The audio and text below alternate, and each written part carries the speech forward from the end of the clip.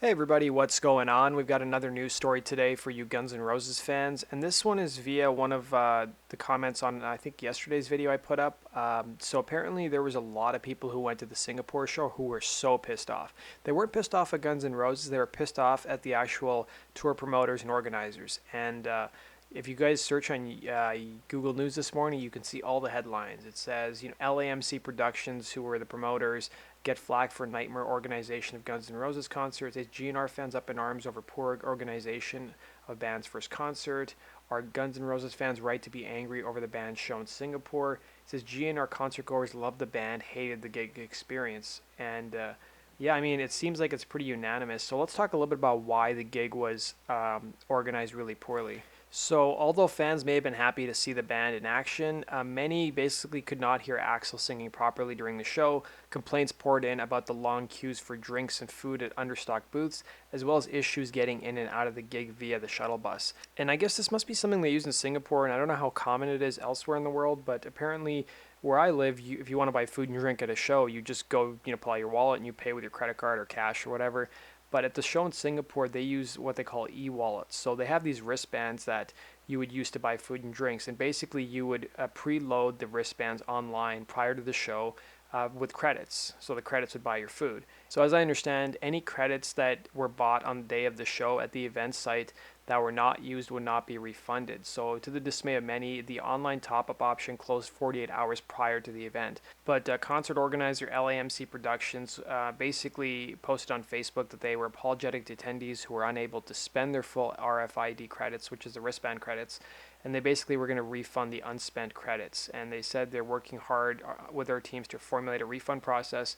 Please keep your wristbands and be sure to stay up to date with our Facebook page, where we will be publishing repayment measures in due course.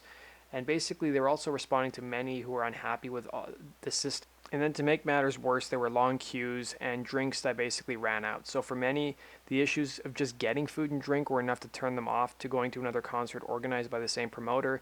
And this promoter's organized concerts in Singapore by acts such as Def Leppard, Scorpions, and Weezer. So basically, I mean, if you preloaded your wristband with money for food and drinks, and then you got to the gig, you couldn't even wait in line, or basically the food ran out, all that money you put on your wristband was going to not be refunded to you. So it's basically just money down the drain. In fact, one guy said he had $400 on his wristband, but he left the venue with $300 in unused credits. Now that's local currency, but it really shows you how poorly organized this concert was. And not only that, there was also sound issues.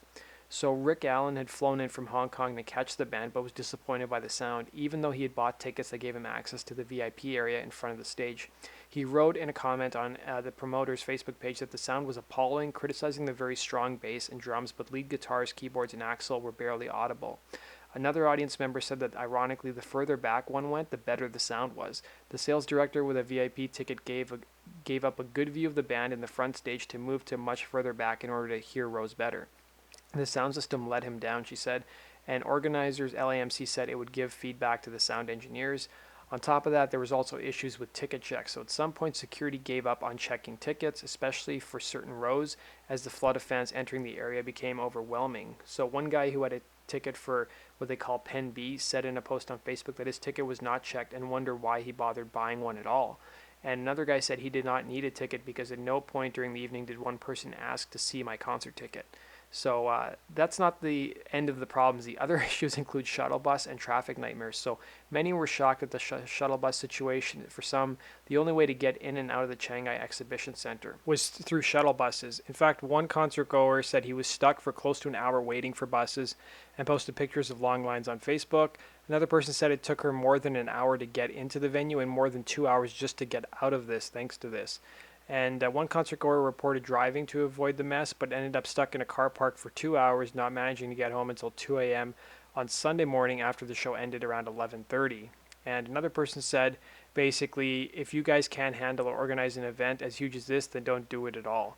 So if you guys want to read some of these articles, go hit the description box down below. But my impression is that these guys seem like amateurs. The actual organizers don't seem like they know what they're doing, and they just want to make a quick buck.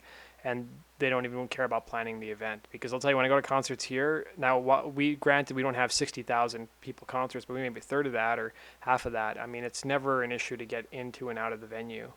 So turning now to our next piece of news, we got some video of Slash backstage before the show at Singapore, and here's the clips for you guys to check out.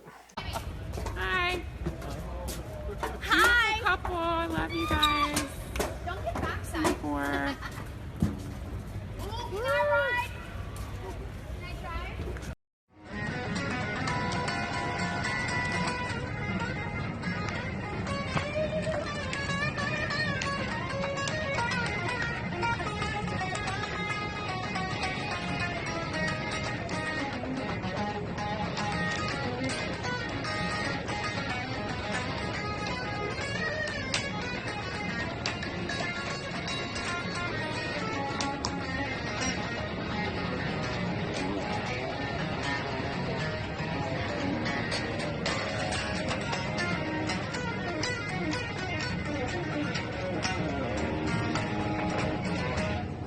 Yes. Hey, it's Lewis. I'm not sure if I posted this, but this is a news report from Melbourne, Australia, back in 1993 when Guns N' Roses played Calder Park. Somebody was nice enough to upload it to Facebook. It had previously been on the news website's official webpage, but it was like so hard to access, and they made you pay for it after reading the article more than 3 times. So if you guys want to just watch it in its entirety, there's a link to it down below, and there's a little bit of pro shot footage as well that maybe you guys haven't seen before.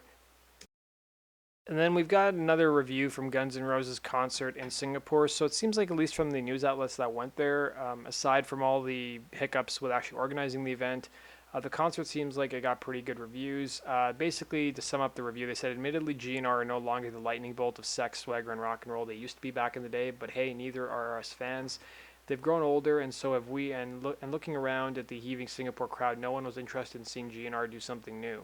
So everyone was there to relive the glory days and karaoke along to the band, whose seminal hits marked many at a poignant moment during all the years growing up. So if you guys want to read the article, it's down below. And then if you guys want to listen to the Eddie Trunk Steven Adler interview that he did earlier this week, it's about a half an hour in length. I've actually recorded it and put it up on my channel, so it's there for you guys to listen in all its entirety. So thanks for watching, guys. Make sure you like my Facebook page and my YouTube page and my Twitter page as well. The links to all my social media accounts are down below. So thanks for watching, guys. Hope you guys have a good start to the weekend, and take care.